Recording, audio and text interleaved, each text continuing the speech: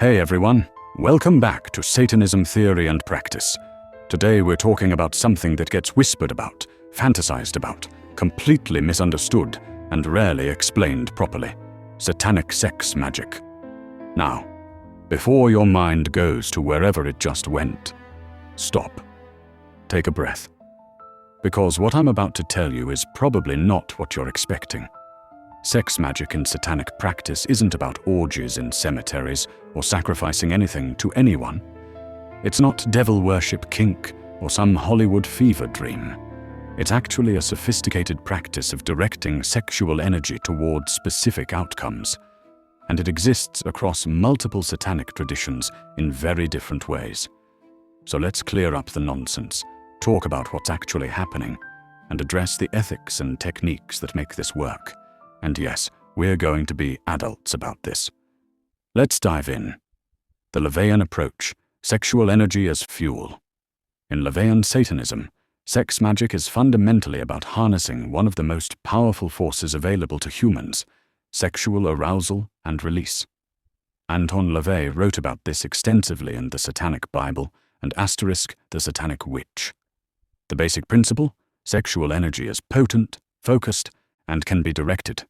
During arousal, and especially during orgasm, your mind is in an altered state, highly focused, intensely present, and psychologically receptive. That state can be weaponized for magical purposes. Here's how it works in practice. You formulate a clear intention, a goal, desire, or outcome.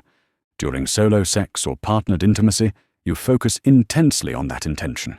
At the moment of orgasm, when your mind is completely consumed, you visualize your desire as already accomplished. The release becomes the energetic sending of that intention. Is this supernatural? LaVeyan would say no.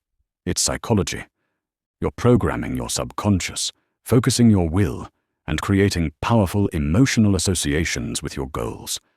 Whether you believe in literal magical energy or effective self-hypnosis, the technique is the same. The theistic approach: working with entities. Theistic Satanists and demonolators have a completely different framework.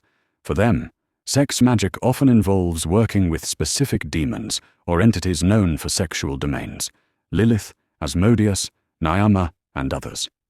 This isn't about having sex with demons, despite what paranoid Christians think.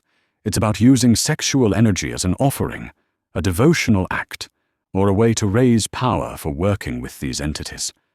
Some practitioners perform solo sex magic as an offering to a specific demon, combining it with invocation and petition. The sexual energy is given as tribute in exchange for the entity's assistance with a particular goal.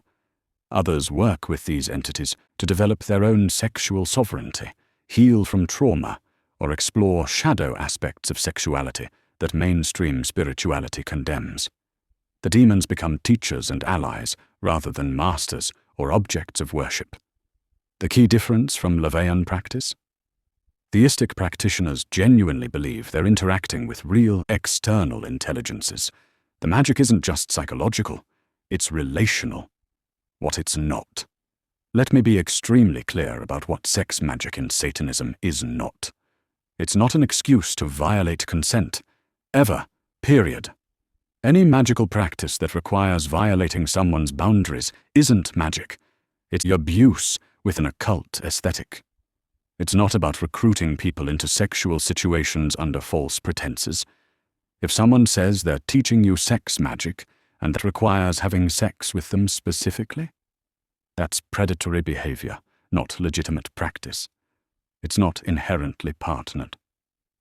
Most serious sex magic practitioners work solo. Partnered sex magic requires extraordinary communication, trust, and aligned intentions. It's advanced work, not where you start. It's not an orgy. Group sex magic exists in some traditions, but it's rare, requires explicit consent from all parties, and has nothing to do with whatever satanic panic fantasies are floating around. The ethics and safety piece. If you're going to explore sex magic, here's what matters. Consent is paramount. Always.